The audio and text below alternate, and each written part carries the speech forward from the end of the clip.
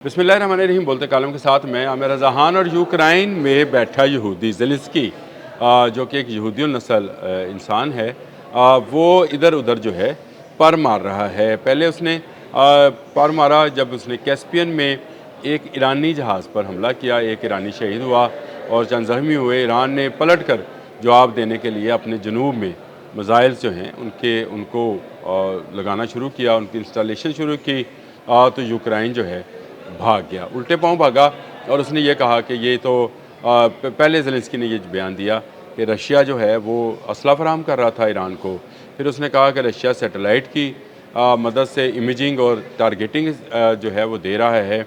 लेकिन जब ईरान ने पलट कर जवाब दिया था तो ये उल्टे पांव भाग गए। इनके वज़ीर ख़ारजा ने कहा कि हम जो हैं पीछे भागना चाहते हैं या हम माफ़ी मांगते हैं, ये एक गलत फहमी का नतीजा था। लेकिन गलत फहमी के नतीजे में आपने एक जहाज़ तबाह कर दिया, आप उसकी मालियत का अंदाज़ा कर सकते हैं जहाज़ कितनी कीमत का होगा। चलें इस बात को ज़रा रहने दें, अगली बात पर आता हूँ। और अगली बात ये है कि ये जो है अब यूक्रेन ने एक और इस्लामी मुल्क को जो है थ्रेट किया। थ्रेट करने से मुराद ये है कि उसके जहाज़ को निशाना बनाया है। ये बहरी जहाज़ था, माल बरदार। रशिया के लिए ये सब्ज़ियाँ और फल लेके जा रहा था।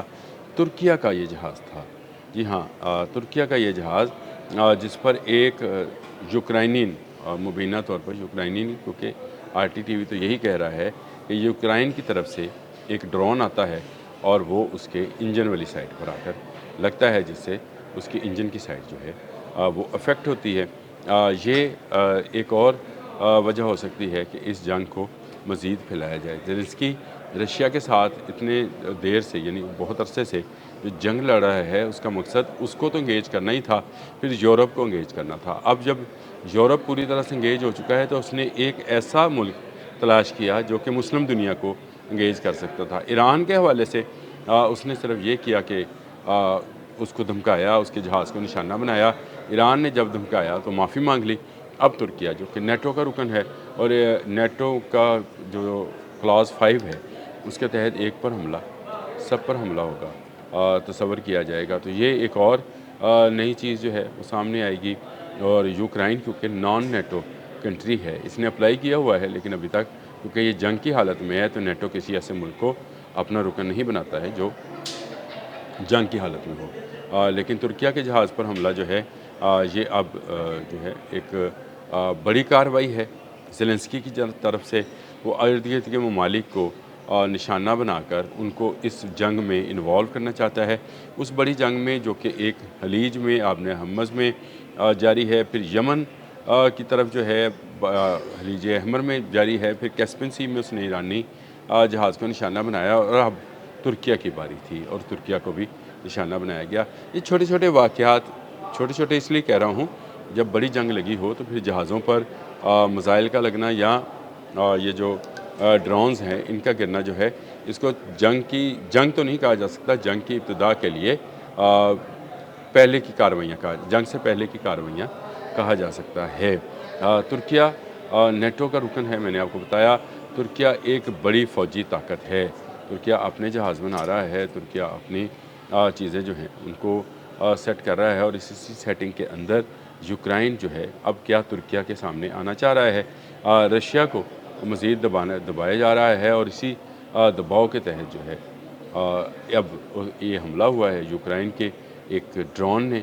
इसके अलावा भी कल यूक्रेन के ड्रोन ने रशियन साहली शहर पर भी हमला किया, जिसमें 7 रशियन जो हैं हलाक हुए। और इसका जवाब जो है कीव में दिया जाएगा।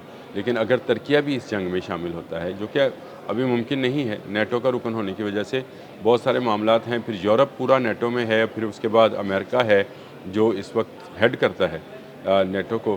तो शायद वो इस जंग को ज़ेलेंस्की तक ना पहुँचने दें। लेकिन आप ये देखें कि यूक्रेनी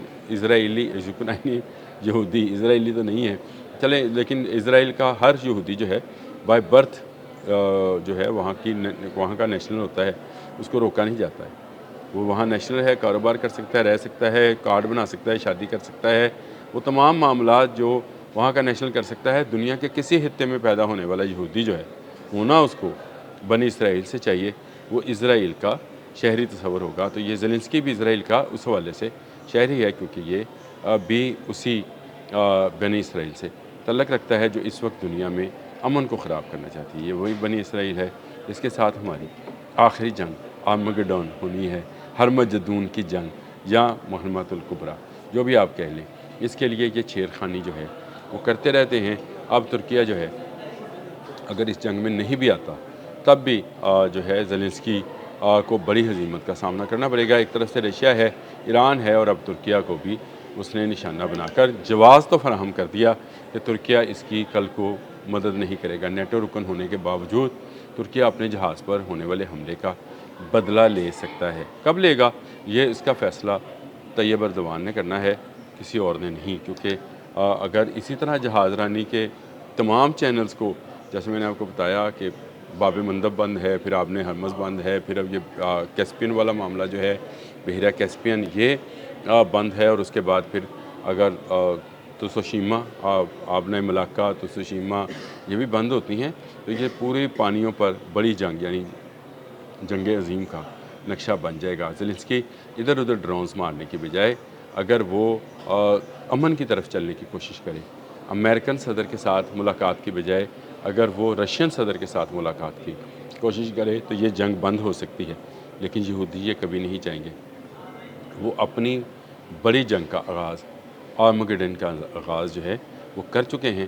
ابتدائی جھڑپیں جاری ہیں، میں نے جتنی آپ کو آبنائیں بتائیں وہاں پر آپ کو یہ جھڑپیں نظر آئیں گی، اور یہ جھڑپیں آنے والے دنوں میں مزید بڑھتی چلی جائیں گی، یہ کم نہیں ہوں گی۔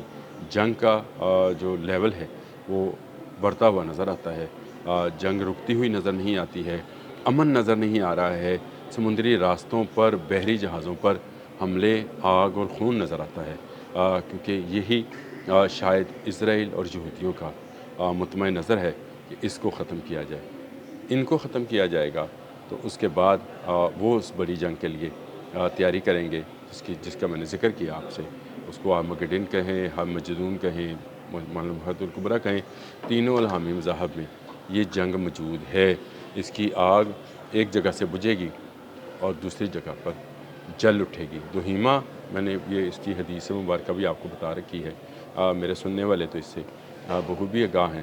میں بتا دیتا ہوں دوبارہ کہ نبی اکرم صلی اللہ علیہ وآلہ وسلم کی ایک حدیث کے مطابق دہیمہ ایک ایسا دھواں ہوگا جو ہر گھر میں داخل ہوگا، اور یہ کبھی چھٹتا ہوا نظر آئے گا اور پھر بڑھتا ہوا نظر آئے گا۔